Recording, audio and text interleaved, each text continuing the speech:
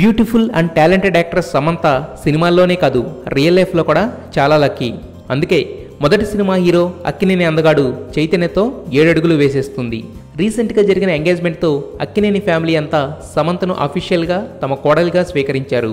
ఈ హాట్ టాపిక్ని ఉపయోగించుకోవాలని ఫిక్స్ అయిన తెలంగాణ గవర్నమెంట్ ఒక నిర్ణయం తీసుకుంది. తెలుగింటి కోడలు సమంతను తెలంగాణ చేనేత వస్త్రాలకు బ్రాండ్ అంబాసిడర్గా నియమించింది. స్వయంగా మినిస్టర్ కేటీఆర్ ఈ బాధ్యతను ఆమెకు అప్పగించి చేనేత చీరలను కూడా ప్రజెంట్ చేశారు.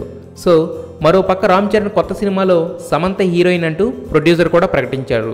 ఎంగేజ్మెంట్ జరిగిన తర్వాత మిగతా హీరోయిన్స్కి భిన్నంగా తన క్రేజ్ని మరింత పెంచుకుంటూ బిజీగా మారింది సమంత. పెళ్లికి కొంచెం బ్రేక్ ఇచ్చినా కూడా తర్వాత మళ్ళీ సినిమాలు కంటిన్యూ చేస్తానని చెప్పింది. అయితే కనిపించే పద్ధతి మారుతుంది కానీ ఆమెకున్న పేరు, ఆఫర్స్ రెండూ తగ్గవు. ఈ మధ్య సెన్సేషనల్ ఇష్యూగా మారి అందరి నోళ్లలో నానింది అమలాపాల్ డైవోర్స్ మ్యాటర్.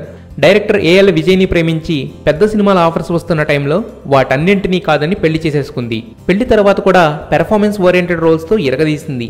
ఈలోగా ఏం జరిగిందో తెలియదు కానీ 2 ఏళ్లు కూడా నిండిన మ్యారేజ్ లైఫ్ని డివోర్స్తో బ్రేక్ చేసుకుంది. కానీ